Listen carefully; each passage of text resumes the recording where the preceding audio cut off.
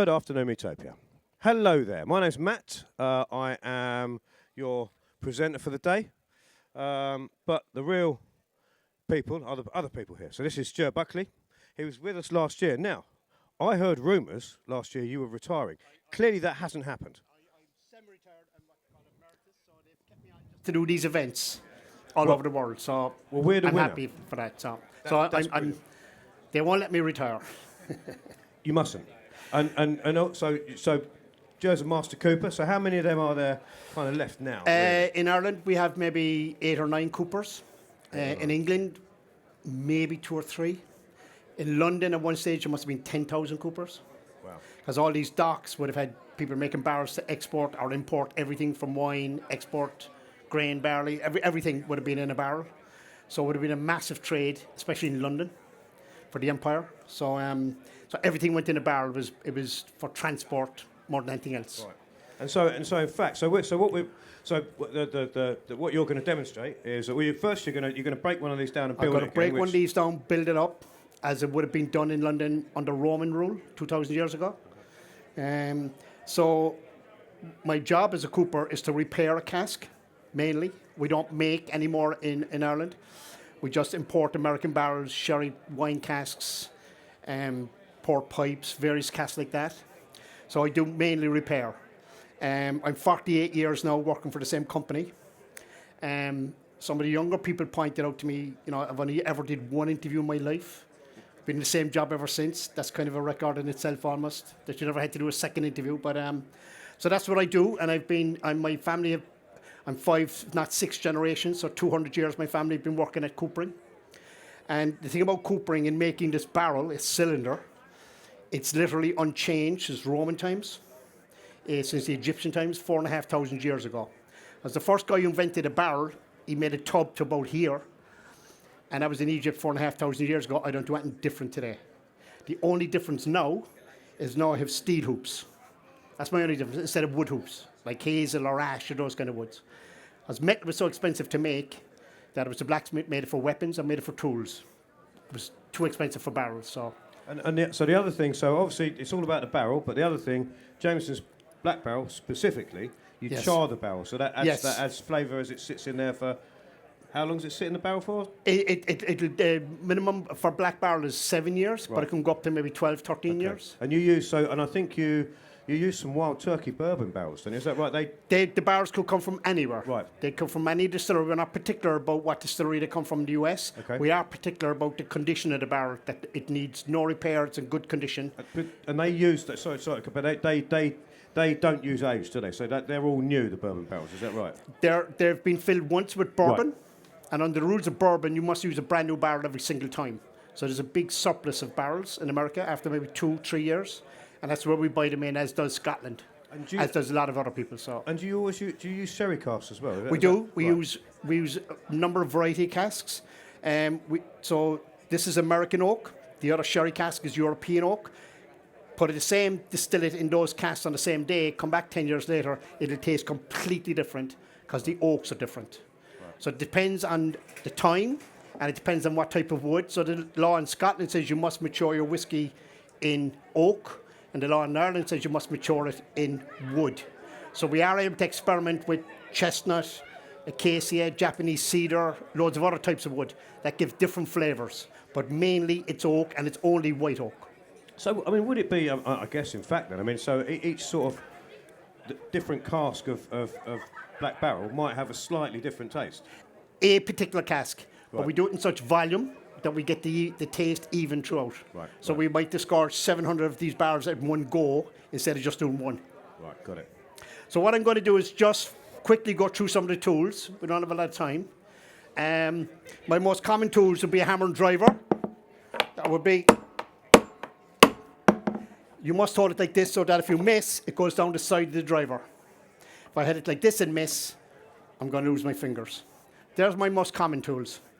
Going back in our history, if you had this made out of stone or flint and you get a sharp edge in it, you get what we call a broad axe. Ooh, that looks a bit grievous. So it's only beveled on one side. It's not for chopping wood, it's for carving wood. It's to make these long pieces here called staves. So if you watch any of the reconstruction of Notre Dame, this is the axe they're using to make that roof. And how long have you had these tools, sir? Because these are actually passed down, aren't they? These are passed down when I was a little boy. I used to play with this one. I kind of chopped up my father's toolbox with it one day when I was very young. But don't get that anymore, do you, probably? Yeah, so they're going way back. And if I get this working towards me, I create a different tool called an adze. Now, some of you might have come across that in carpentry. In carpentry, like 50, 100 years ago, everybody would have had these tools. I might use it to pair the side of the barrel, like that. Depends on how much wood I want to remove. You get different sizes. Anybody from New Zealand would know an adze in New Zealand is a sacred tool. They do all their woodworking with adze of different sizes made out of that green jade they have down there. So it's all stone tools. And then if you're good enough, you can go on to steel, but you start out with jade. So these have traveled the world independently. People needed these tools. Is that as sharp as it looks, this guy here? It is sharp. I sharpened it before I came, so don't cut your finger now. Good to know. The other tool I have is what I call a crows. It sits on top of the barrel, riding around the top of the barrel with these cutters, cutting a groove. So the guy who invented a barrel 4,500 years ago, or a tub, he had 3 challenges. If he had a log as a hollowed out vessel, how do I make more of those? Well, if I get individual pieces and form them in a circle, I'm halfway there. So I can calculate the angles of the pieces through trial and error. Second thing is, how do I hold it together? By having it sloped out a bit, that the more I push down a hoop, I can bind it. This is before glue or even nails. So there's no glue, there's no glue, it's there's no pressure. nails. The lids are doweled together. Yeah. And the third challenge was, how do I fit a lid that's not going to leak? So by cutting a groove, measuring the circumference of the top with a compass. This is for a smaller barrel, but it'll give you an idea. Make a mark, go around the edge 6 times. That will give me the circumference of my lid. I can make it bigger or smaller, okay? We would make these tools ourselves. So they would be made out of ash, something like that, kind of unique. And that's the only measuring tool in making a barrel. Everything is by skill and by experience and eye. Every mistake I make, I get a leak.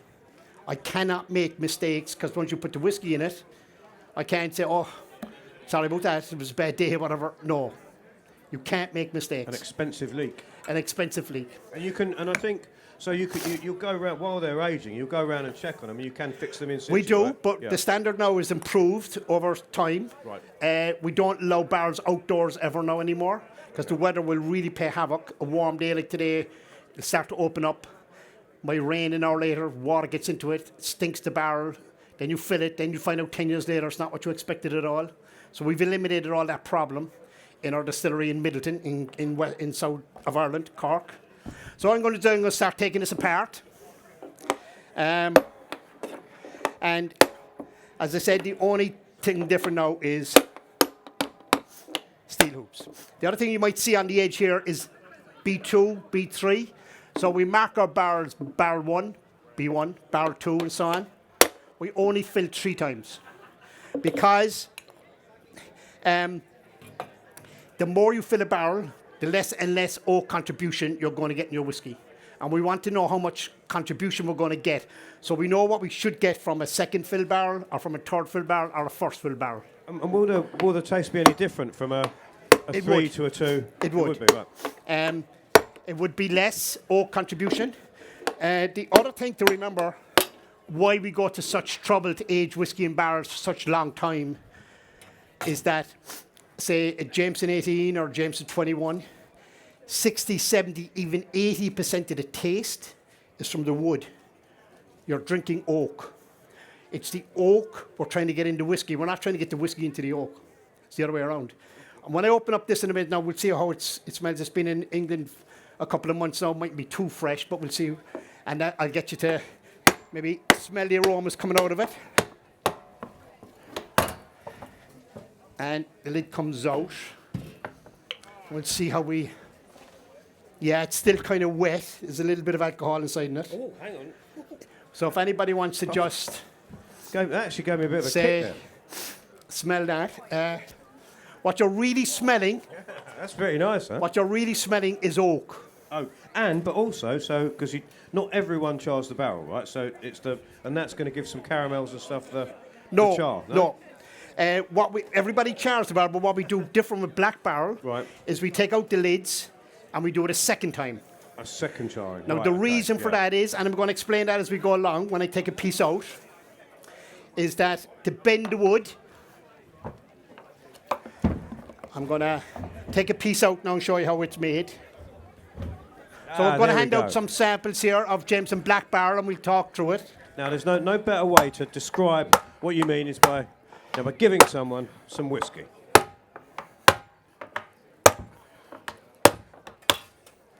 Just for the purposes of science, can I try one of them up here, sir? Just, I don't like to, I want to be where you are, just on the same level.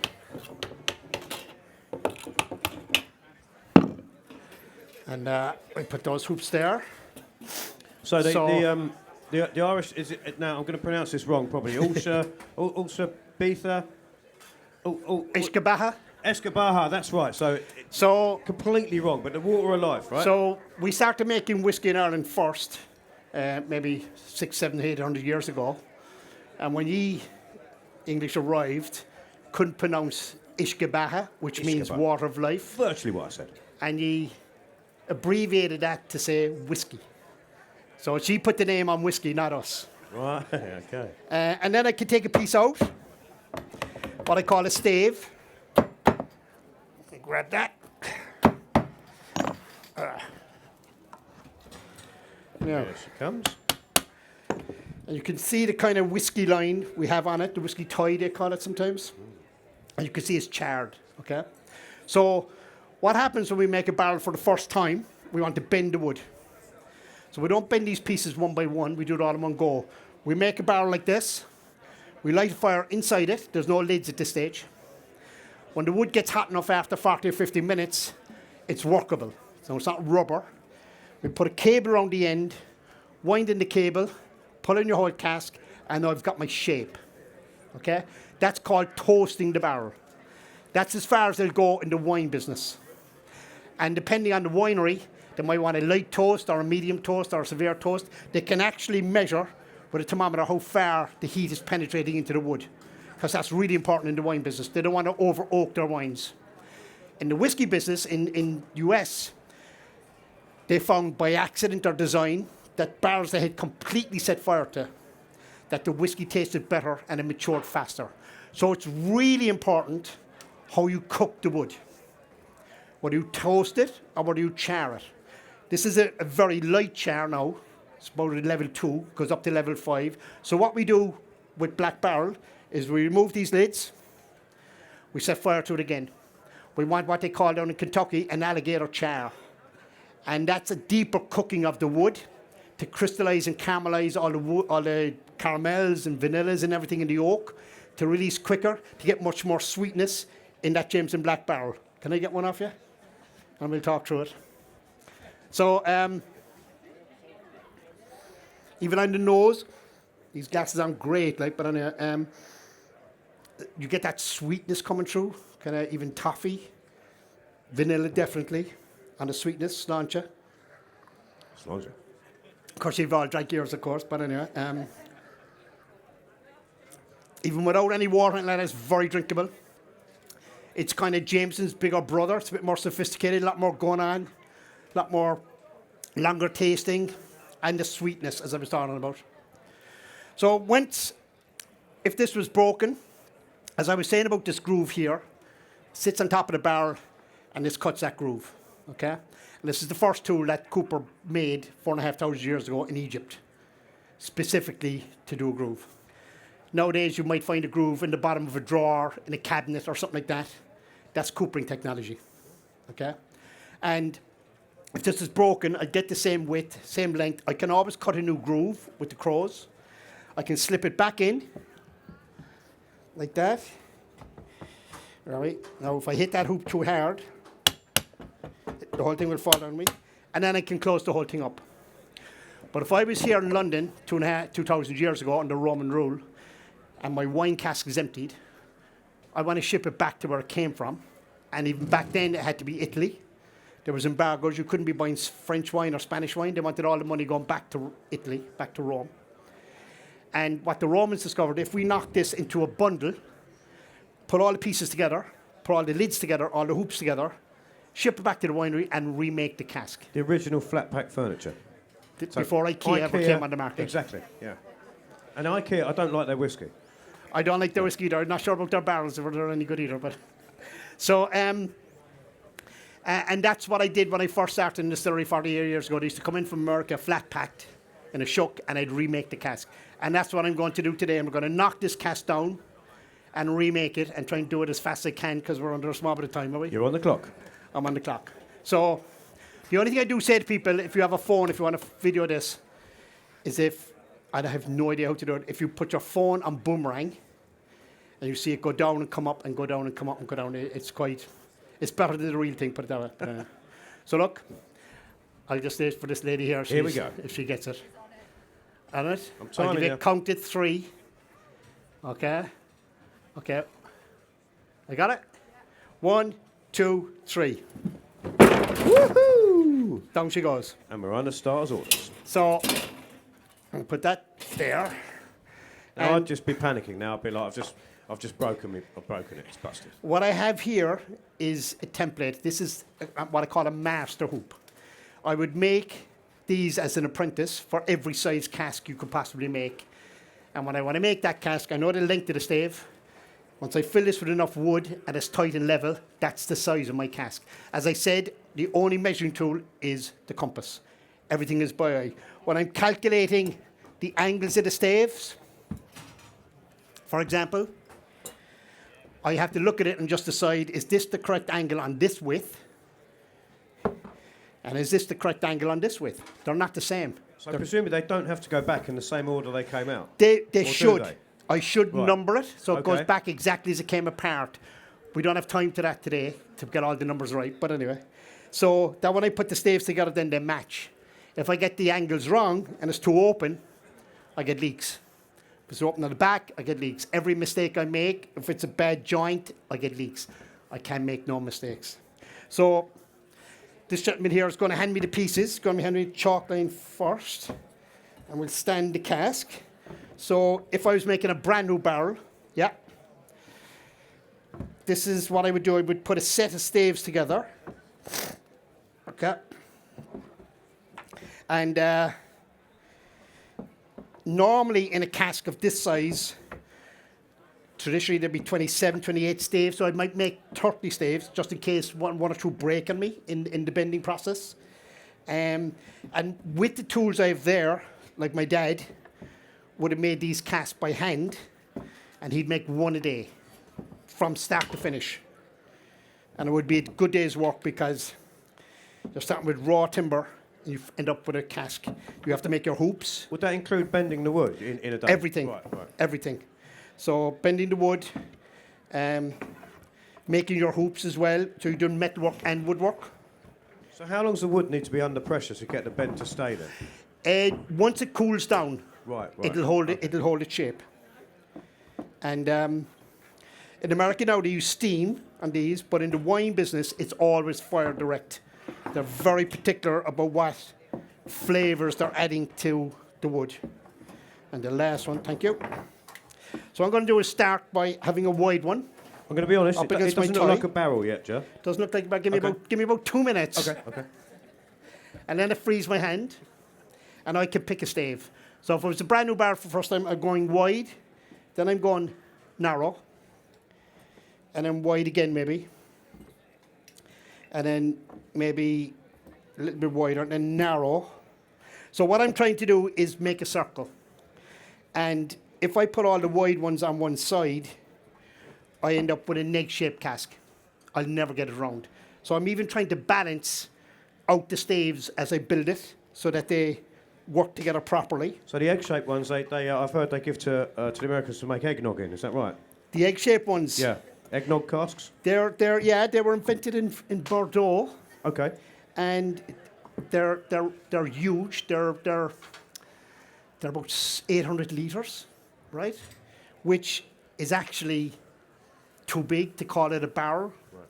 it's then a vat. So there's a limit on how many litres you can call it. So it does, the reason they've made this big huge egg-shaped cask is it gives it more contact with the wine or the whiskey. So it matures a bit faster. But I don't get involved in those egg-shaped casks. No. And not in fact for eggnog, and that's just... You could don't tell anyone, that's not real information. No, I'll keep the egg off my face, as they say. So. Anyway, so the other thing with making a cask like this, what I tell people, funny story, true story, is that it wasn't unusual to have a drink in a distillery or a brewery. Everyone finds a way to get that whiskey, believe me. And by 4 in the afternoon, you'll be sipping all day and you'll be well on. And it's a Thursday, say, right? And you decide, you know what? I think I'll start one for tomorrow, Friday. Is that your Friday barrel? Is that going to be the... So they would start one of these on a Thursday. But, like, as I said, you've been sipping away all day, so you're kind of on one leg at that stage yourself, you know? And then the last couple going from the outside. So as you're building your cask like this, you're not paying attention because you're not with it yourself. The last couple going from the outside. And then anytime we saw a cask made by a guy, the term was he was as drunk as a lord when he making it. And the last one then goes into the outside. Be careful lifting that hoop now, don't lift it too much. And then knock that down a bit.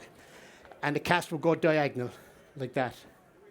So anytime we saw a diagonal cask in warehouse, we call it a drunken cask. Because the guy who made it was drunk to Lord in making it, so we'll keep it straight. And then I can start to put back on my hoops. Does it look like a barrel now? It does. Shape. It looks exactly like a barrel now. And you've been about 5 minutes there, Ger. So that's... I don't know. Too busy talking. Is there such a thing as competition barreling? Does that happen? There is. The only place there's a couple of different competitions on rolling barrels and is that in France they have a competition every year as to who the best cooper in France is. So there's probably a couple of thousand coopers in France, all in the wine business. When you're an apprentice, you got to do all of this by hand. You can't use no machine. That's your apprentice piece. So you got to finish totally by hand. There's a lot of tools I haven't brought with me, obviously. And then we start to tap it down. And we start to square out our staves. So last year when I was home, I went to the British Museum and they have a stave in there from Roman times, like 65 AD or whatever, from a butt, from the big ones. And I swear you think I'd made it. There's absolutely no difference in what we do today. So the great thing about coopering is nobody's coming in showing me new software, new training. It never changes. Now I'm finished with my master hoop, so I'll keep that. My groove is up and down. I need to get that perfectly level. If I'm out even a half a mil on both sides, it'll leak.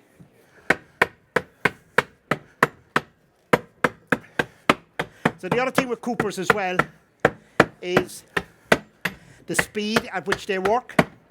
You could do this as fast as you like, but then you had to put a mark on your barrel to indicate who made it, who repaired it. It could be a number, it could be a letter, it doesn't matter. But you're marked then for life. So you can work as fast as you like, but if you start doing bad work, you're going to be out of work.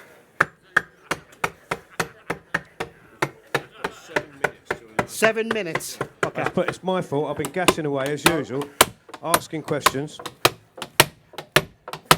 So I'm going to try to do something that men can't do. I'm going to try and do 2 things at the one time. I'm going to get the head back in this. I'm going to set fire to this at the same time.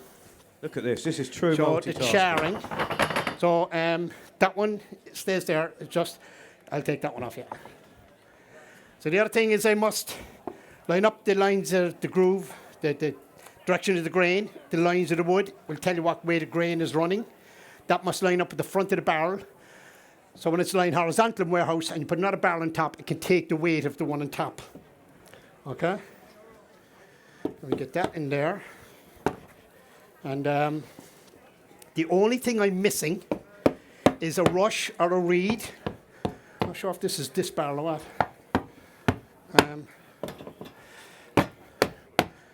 To go in here, to cork it, to seal it. That's the only help I have in doing the whole process. And then I can tighten up again.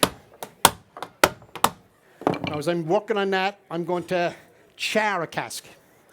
Okay, and this is done traditionally. If somebody was here at the start, you see me had a kindling, but the wood you'd have made in making your barrel will go into firing the barrel. So just quickly, we'll set fire to this one. We'll try. So just to give an idea of the process, and as I was saying earlier, the charring is really important on the level of cooking of the wood.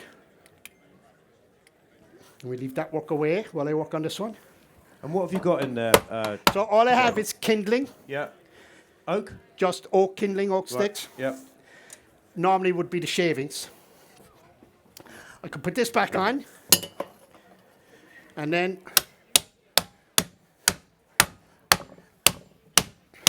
now starting to. Have you ever hammered your thumb? I have. Wow. That must because you're whacking that really hard. Especially when you're starting out, and a guy trained up in the last couple of years used to. That's not a pin hammer. That's. I'd have no thumb left. So what I like to say is, when I do hit my hand or whatever, it's my tools having a conversation, saying, pay attention to what you're doing. If I make a mistake on a machine, once I did this in Los Angeles, and the heat had heated the barrel so much, the stave straightened, and I couldn't get on the hoop. And I don't want that to happen today, so it's kind of. And that's what heat does. That's why this cask is expanded a bit. So those guys making those leaning barrels on a Friday, have they also got flat thumbs? They probably have bad elbows and things. So what's happening here now is it's gone out a bit on me. I know it's coming up again. So it starves of oxygen, and then it gets a breath of air again, and up it comes. Here it comes. Look at that. And so that's what I'm doing here now. I'm charring the barrel. I'm not going to leave it go too long because of the environment we're in. We don't want to cause a major fire damage. So the other thing I'm going to do is I'm going to put on some gloves, because what we do with the charring as well is we burn off an awful lot of tannin in the oak. Tannin is what the oak produces to fight off insect attack. The leaves will send a signal back to the trunk and being eaten, and the tree will release tannin that the insects don't like, so it's a form of defense. It's really sour and bitter, so we try and reduce as much tannin as we can. We get some tannin in the whiskey, obviously. I'll leave it go another bit. Just get the flames up again. So that's what all it's doing now, is waiting for a bit of oxygen, and up she'll come again. And anybody any questions or doing all right? So the other thing to remember, as I said earlier, especially this area of Tobacco Dock and all that, is that you'd probably had a couple of hundred coopers working here alone, just looking after barrels, repairing barrels, getting ready for shipping, importing barrels, all that kind of stuff. I think even the tobacco went in barrels, I think. Everything went in barrels. You had a question, sir? What's your favourite type of barrel to work with, and why? Say that to me. What's your favourite type of barrel to work with? What size of barrel? Is it hogshead or wine barrel? Oh, yeah, so bourbon? sizes and all that. Okay, I'll explain that to you. So I'm just going to put this on to smother it. When I take it off in a second, we'll have a big puff of smoke. So the reason for different sized barrels, for example, now a barrel, this is the old one, it's a barrel. You have a butt, you have a hogshead, you have a firkin, you have a port pipe and all that. Developed in different regions for different uses. So you might have a quarter cask for transport to ship the beer or whatever from a brewery to a pub or whatever. And the same with the whiskey cask. That's fine for storage. Maybe it's too big for a small pub, so you get a smaller cask.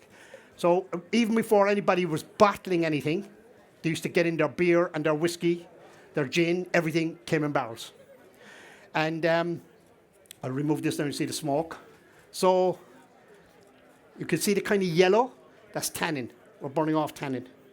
So I'm going to leave that naturally go out there now. So Barrels tend to be more English. Hogsheads tend to be more French. Butts tend to be Spanish, port pipes or Portugal. And there's 50 or 60 different types. And actually, I have a compass at home, one of these, belonged to my grandfather's brother, who was a ship's cooper in the British Navy on tall ships in 1880. And I still use it. So I'm going to close this off. I don't want to interfere. How are we doing on time? We've got 2 minutes. It's 2 minutes to double get it the closed. time you need, Okay. I'm sure. And I hope you enjoyed today and learned something new, and especially about the history of coopering in England as well.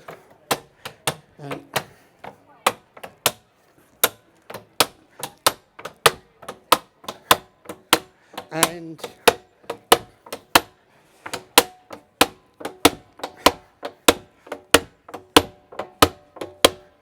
so you can go backwards or forwards. Bang out my staves, try and get them all a bit straight.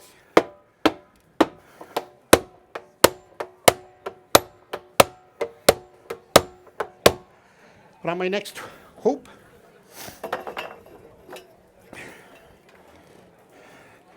Close it up some more.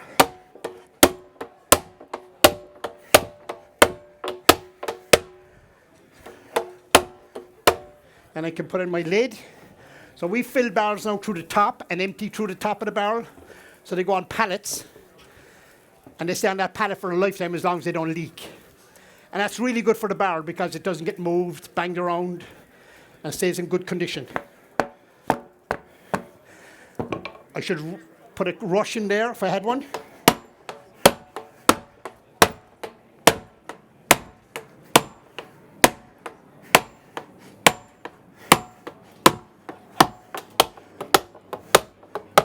My last hoop. The rivets must line up at the front. The grain of the whiskey of the head must line up at the front.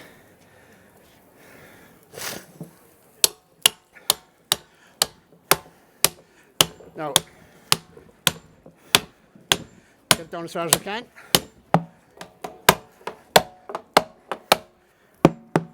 And we're Finished. done.